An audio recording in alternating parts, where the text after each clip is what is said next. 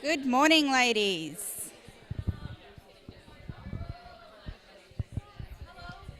Hi. Novo, $30. No. Actually, they were discounted to $30, which is why they're really comfortable. No, these are really, really comfortable. I bought every style, every colour in their style because they're so comfortable and cheap. Good for the budget. How are you all today? Do you feel pumped after the last presentation? Yeah, it was good, hey. There was a lot of takeaway points with that, which is the perfect interlude into my segment here. Eva did a fantastic job getting you on board with the vision aspect of where to go with the business. I'll just quickly introduce myself. I'm Helen Paddon. I'm from Tradettes. Tradettes is Australia's first all-female orientated plumbing service. So nowhere else in Australia was there a plumbing service for females before we started. So thank you.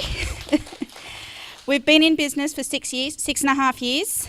It's been 6.5 years of amazing highs and scary lows. We've had awards, multiple awards. We're an award-winning company. We've had international and national exposure. We've sat with the Prime Minister. We've sat with ministers in Queensland to push diversity for females in construction. We're now pushing for 11% weighting for females in construction because if it was really up to the right person for the right job, equality would be here already.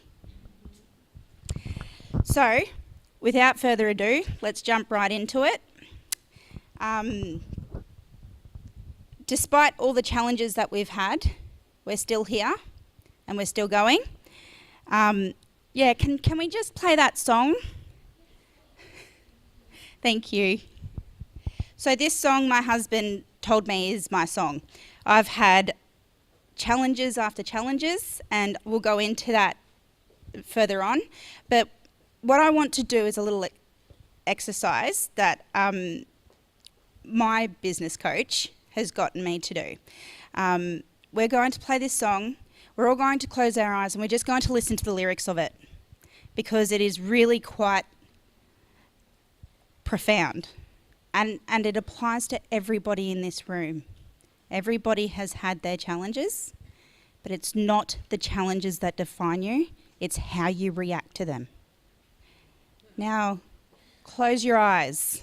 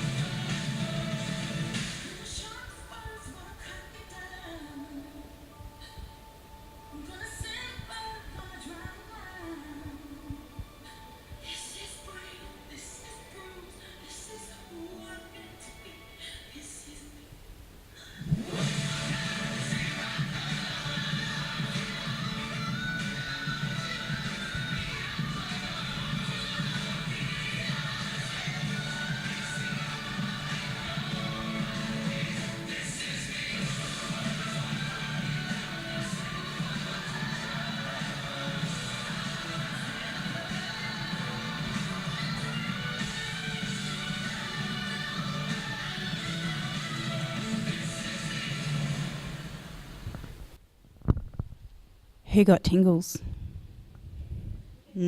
Powerful song, isn't it? That song's my song. By the end of today, it'll be your song too. I've had challenges. I've had amazing highs, I've had amazing lows. The hardest low I've had to deal with was walking through hell and back and sitting at the devil's table eating dinner with him. They also call that the black dog. Depression is one of the biggest cripplers for business owners and entrepreneurs. And if you don't surround yourself with amazing people that lift you up and support you, it's even harder. Find your crowd, find your group, find your people. Lean into them, be supported by them, and don't be afraid to ask for help. It doesn't make you weaker, it makes you stronger. So I'll move through these slides because each part of the song means something. And I'll break it down and I'll explain it to you in detail so that you can understand why it's such a fitting song. I'm sure you'll relate to it in your own way and get the inspiration out of it the same way I have. I am not a stranger to the dark. When I was a child, my family lived in poverty. We were homeless twice. When I was 8 and we moved from Toowoomba to the Gold Coast, my mum lost her job and we slept in the back of the car for 2 weeks because there was no jobs at that time on the Gold Coast. And we had to do what we could do to get through. My parents did the best they could at the time, but we still lived in the back of a car. We used to sit in car parks at night time with drug dealers knocking on the windows looking for a lighter so they could light their crack pipes. It was scary. When I was a teenager, I moved out of home so that I could pursue my own goals and dreams. And little did I realise, but couch surfing is a form of homelessness. I moved from house to house, from friend to friend, and I surfed couches for 3 years. I didn't realise I was homeless at the time. I did what I had to do to get through. When I went through my divorce at 23, I found myself on the borderlines of homelessness. That was the last time I would ever find myself homeless because no way would I put my daughters through that. I battled through depression and anxiety. I had PTSD. I had panic attacks. I had postnatal depression. But I wouldn't let it stop me. My daughters needed somebody that they could rely on, and that person was going to be me. They say that it's always darkest right before the light, which makes the light shine even brighter. I'm an advocate, I'm an ambassador for the CEO Sleep Out. It is something that I am so insanely passionate about because I think everybody deserves to have a safe place to sleep and a warm meal to eat at night. I'm a business owner, I'm a thought provoker, I'm a leader, but my most proudest roles in my life that I play is wife and mum. I have 2 beautiful daughters. They're 8 and 9. One wants to take my business over already, and the other one wants to go and ride for Outback Spectacular. They know what they want to do already because they have strong leaders in their life. And you all have strong leaders in your life somewhere. You just need to find them. Aspire to be them, but don't obsess to be them, because you need to be you too. Hide away, they say, because we don't want your broken parts. Because my parents were so stressed from being homeless and living on poverty, borderline poverty all the time, my dad resorted to alcohol. He was an alcoholic, and with that came violence. We lived in DV for the majority of our lives. I used to go to school in the middle of summer in tracksuits to cover the bruises because he had no self-control. We have a great relationship now, but back then he wasn't the man that I needed as a father. I was also raped from the age of 9 to 12 from my brother's best friend. He used to come over not because he wanted to see my brother, but because he wanted to have his way with me. I told my mum, and she said that I needed to shut up and stop lying because I can do damage to somebody who has a very bright future. This doesn't have to be the defining moment of your life, though. You can pick yourself up. You can say, me too, but that's not me. You can keep going. You can be the person you want to be in your life.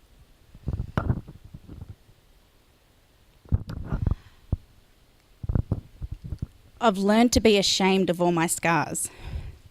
When I started my apprenticeship, it took me 2 years of constant harassing to have it signed up.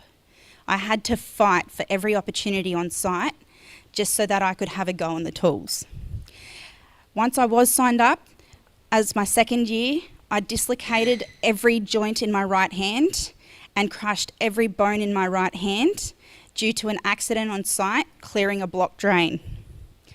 2 years later, I fell off a horse and broke my back. I fractured 8 vertebrae, I was in a wheelchair for 3 months, and I was told I may never walk again.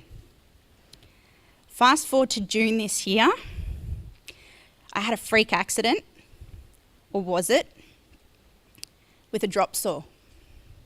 I partially amputated 2 fingers. I've had numerous surgeries. I've had long hospital visits. I've had counsellors' appointments, and I have extensive ongoing rehab with it. I have scars, but they don't define me. Has it been tough? Bloody oath. Have I wanted to quit? Every single time. But I look at my daughter's faces. I look at my husband. I look at my team. I wouldn't have gotten this far if I wasn't ready for the challenge. You wouldn't be here today if you weren't ready for the challenge.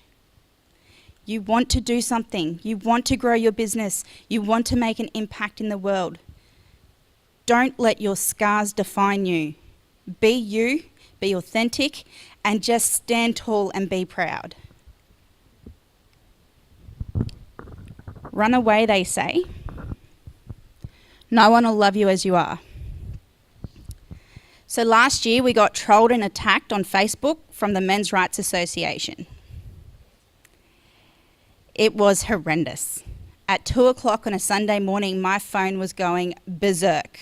We had review after review of 1 stars saying women should be in the kitchen, women shouldn't be on tools, women shouldn't be in construction industry. This is not your place. Your place is at home raising children. Yeah, I got it all. I was wearing a fluorescent high-vis shirt to my interview with the project because the project found out about it. And through that, we got national and international exposure on the topic. And one of the things that these trolls said was that I look like Shrek, and who would want to love somebody so ugly? I didn't let it stop me. I kept going, and I have kept going. Since then, I've become really good friends with the Commissioner of the QBCC. I'm really good friends with the Minister for Public Housing and Works. I work alongside the industry bodies to increase the number of females in the construction industry. I come to seminars like this to speak to wonderful women like yourself who are courageous and have stepped out of your comfort zone to learn and grow. Because of the stuff that has happened in the past, I would never have stepped out of my comfort zone. I would not be here today if I didn't have those things happened in the past. Society don't want to see the change that we're pushing for. In their eyes, we are broken, we're unlovable, we're constantly told to go away. I was shamed in a car park from a grandmother who told me, "What are you doing to this world? My grandson can't get a job because of you women." Yes, I can assure you it's not me. Maybe it's the joints that he's smoking on a weekend, not me. But if I let those moments slow me down or define me, I wouldn't be strong and determined and resilient and driven. I wouldn't want change for society. I'd be at home crying in my milk.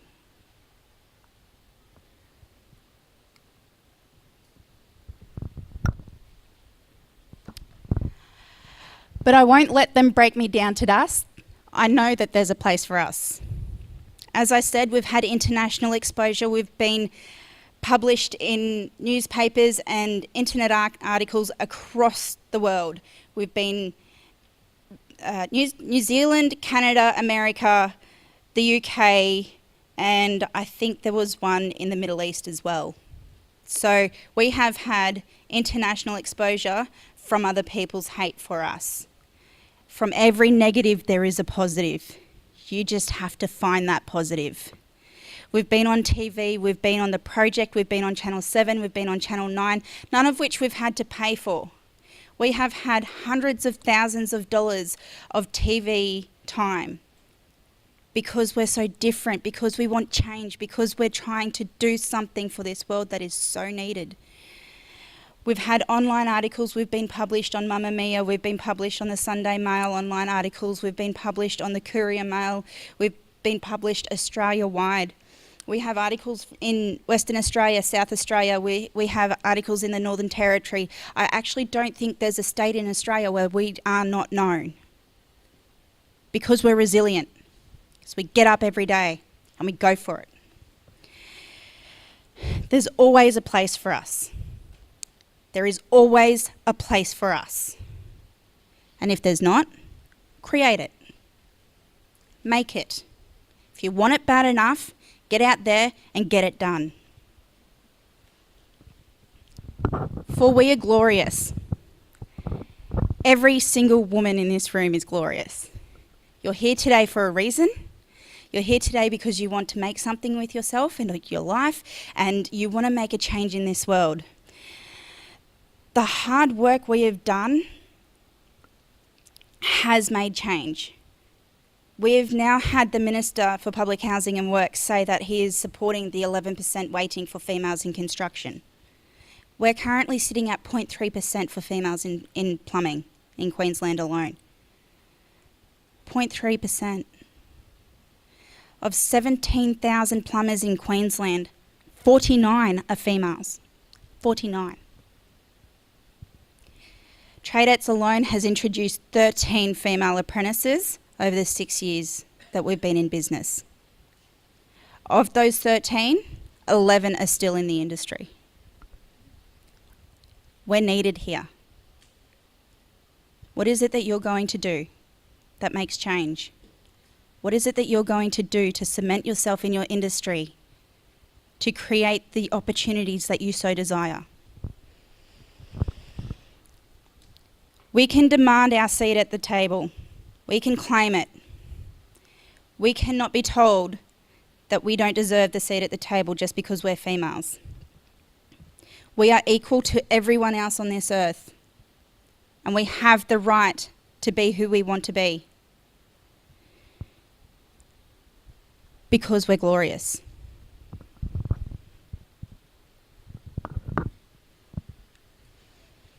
When the sharpest words want to cut me down, I'm going to send a flood. I'm going to drown them out.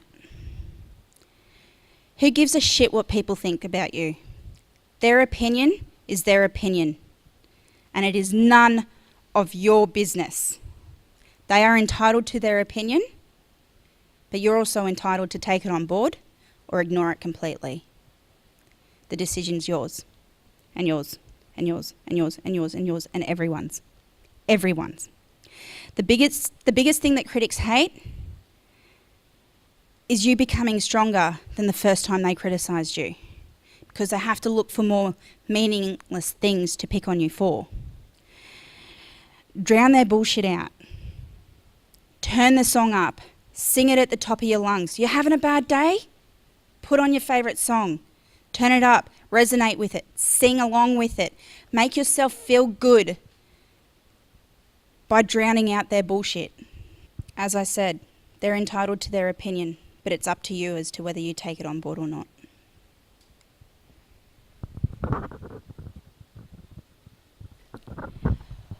Look out, because here I come, and I'm marching on to the beat of my drum.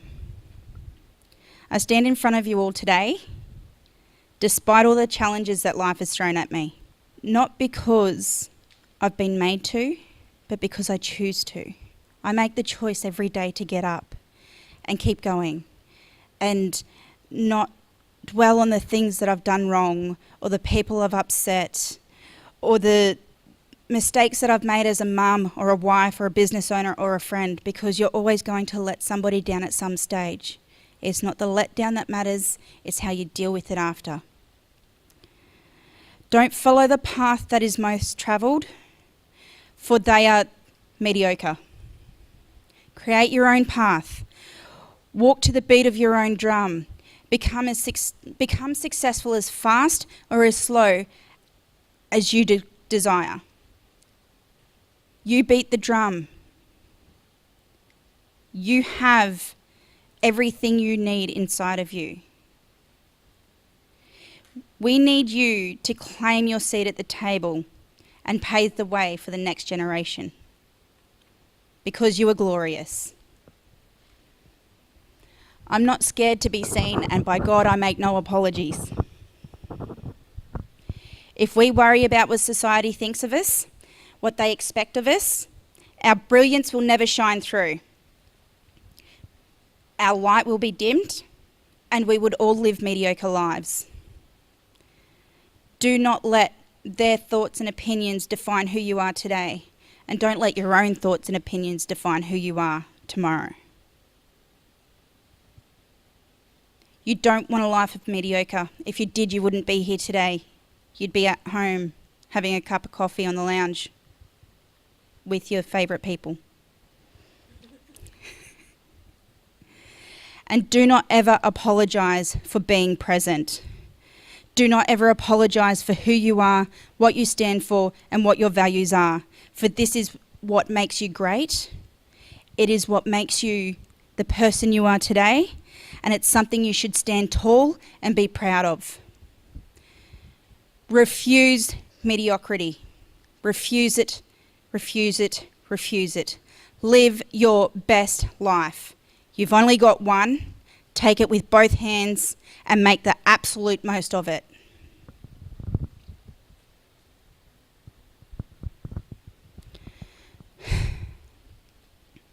This is me.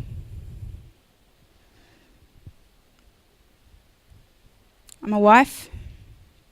I'm a mum. I'm a business owner. I'm an award-winning plumber, business owner, leader. And I've got a long way to go yet. So,